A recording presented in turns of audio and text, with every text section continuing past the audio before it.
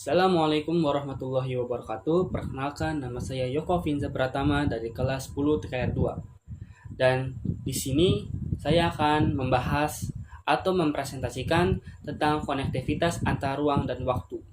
Oke, lanjut saja ke dalam pembahasannya. Oke, untuk yang pertama kita masuk ke pengantar dulu ya. Jadi, konektivitas antar ruang dan waktu adalah konsep yang menggambarkan bagaimana berbagai wilayah di permukaan bumi saling berhubungan melalui berbagai faktor, seperti transportasi dan teknologi. Hal ini penting karena dapat mempengaruhi kehidupan sosial, ekonomi, dan budaya. Selanjutnya, ada pengertian ruang dan waktu. Jadi pengertian ruang merupakan tempat di permukaan bumi yang memiliki karakteristik tertentu seperti iklim, topografi, dan sumber daya alam.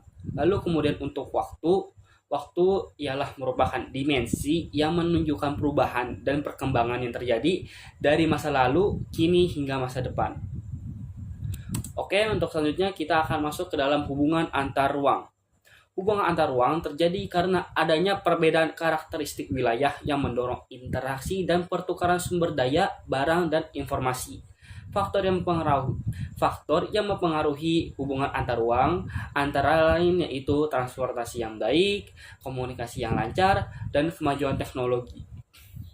Oke, untuk selanjutnya ada hubungan antar waktu. Tadi kan sudah nih hubungan antar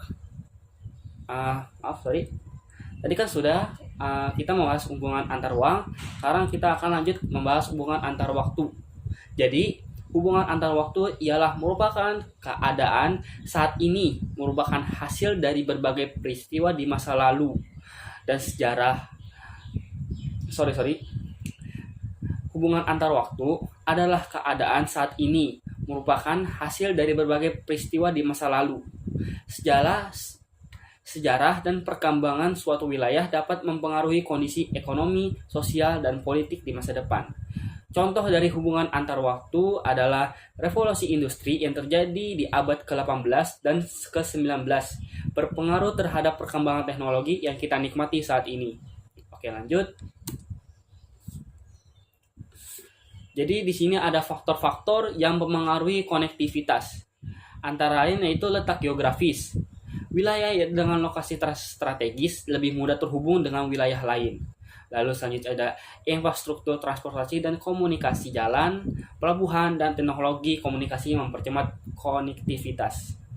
Lalu selanjutnya ada teknologi informasi. Internet dan media sosial mempercepat penyebaran informasi dan perdagangan global. Lalu selanjutnya ada sosial dan budaya. Adanya kesamaan budaya atau hubungan sejarah antar wilayah dapat mempererat konektivitas. Oke, lanjut. Selanjutnya ialah dampak positif dari konektivitas antar ruang dan waktu. Jadi, dalam konektivitas antar ruang dan waktu terdapat dampak positif dan negatif. Di sini kita akan membahas dampak positifnya dulu nih. Jadi, dampak positifnya yaitu perkembangan ekonomi, mempermudah perdagangan dan investasi. Lalu, kemajuan teknologi, mempercepat inovasi dan penyebaran ilmu pengetahuan. Lalu, penyebaran budaya, memungkinkan pertukaran seni, bahasa, dan gaya hidup. Lalu, yang terakhir, kemudahan mobilitas. Perjalanan antar wilayah menjadi lebih cepat dan efisien. Sebenarnya masih terdapat banyak dampak positif dari konektivitas antar ruang dan waktu, tapi di sini saya ngasihnya sedikit saja ya, karena jika dibahas keseluruhannya maka video ini akan terlalu panjang. Oke, lanjut ke dampak negatif. Dampak negatif dari konektivitas antar ruang dan waktu ialah ketimpangan ekonomi. Tidak semua wilayah mendapatkan manfaat yang sama. Lalu, perubahan sosial dan budaya. Terjadi pergeseran budaya akibat masuknya budaya luar. Lalu, yang terakhir yaitu eksploitasi sumber daya alam. Peningkatan aktivitas ekonomi dapat menyebabkan eksploitasi yang berlebihan. Oke, lanjut. Di sini ada contoh konektivitas antar ruang dan waktu di Indonesia. Jadi contohnya di Indonesia, konektivitas antar ruang dan waktu yaitu jalur perdagangan rempah-rempah.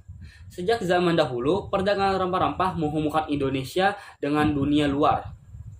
Lalu perkembangan kota metropolitan. Jakarta sebagai pusat wilayah ekonomi terhubung dengan berbagai wilayah. Pengaruh teknologi dalam pendidikan daring memberikan akses belajar lintas wilayah dan waktu. Oke, selanjutnya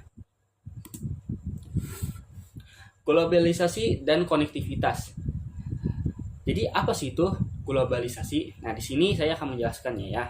Penjelasan globalisasi mempercepat konektivitas antar negara dan budaya melalui perdagangan, teknologi, dan media. Dampaknya yaitu mempermudah akses ke informasi dan pasar global, tetapi juga membawa tantangan terhadap budaya lokal. Maksudnya membawa tantangan di sini yaitu dapat mempengaruhi budaya lokal. Jadi budaya lokalnya tuh bisa jadi akan tercampur dengan budaya luar. Jadi budaya tersebut tidak asli lagi. Oke, lanjut. Transportasi dan konektivitas. Peran transportasi yaitu menghubungkan wilayah melalui darat, laut, dan udara. Contohnya yaitu pembangunan jalan tol Trans Jawa, modernisasi pelabuhan dan bandara untuk meningkatkan arus barang dan manusia. Lalu terdapat teknologi dan konektivitas. Penjelasan, teknologi informasi mempercepat komunikasi dan interaksi global.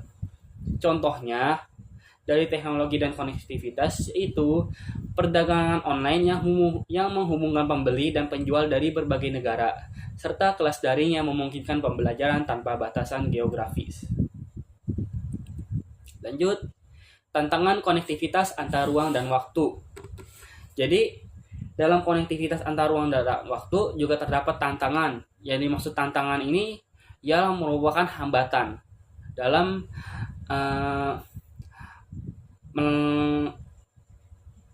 melancarkan konektivitas antar ruang dan waktu ini. Jadi terdapat beberapa hambatan atau tantangan lah, yaitu diantaranya yaitu ketimpangan infrastruktur. Tidak semua daerah memiliki akses yang sama terhadap transportasi dan internet. Lalu dampak lingkungan, polusi dan eksploitasi sumber daya akibat aktivitas ekonomi. Lalu kesetaraan akses teknologi. Beberapa wilayah masih tertinggal dalam penggunaan teknologi digital. Lanjut. Upaya meningkatkan konektivitas. Ada beberapa upaya untuk meningkatkan konektivitas. Di antaranya yaitu pembangunan infrastruktur seperti pembangunan jalan, jembatan, dan jaringan internet untuk menghubungkan daerah terpencil. Lalu peningkatan akses pendidikan dan teknologi. Pemerataan akses pendidikan dan pelatihan digital, lalu kolaborasi global, kerjasama antar negara dalam bidang ekonomi, teknologi, dan kebudayaan. Lalu kesimpulan. Jadi kesimpulan yang kita dapat dari konektivitas antar ruang dan waktu ini yaitu konektivitas antar ruang dan waktu memiliki peran penting dalam kehidupan manusia. Untuk dampak positifnya, yaitu dapat mempermudah mobilitas, mempercepat inovasi, dan meningkatkan perekonomian. Lalu, peran individu dan pemerintah. Diperlukan upaya bersama untuk mengelola konektivitas agar memberikan manfaat yang merata. Jadi, konektivitas antar ruang dan waktu ini tidak bisa dilakukan oleh sendiri saja, tapi harus dilakukan bersama-sama.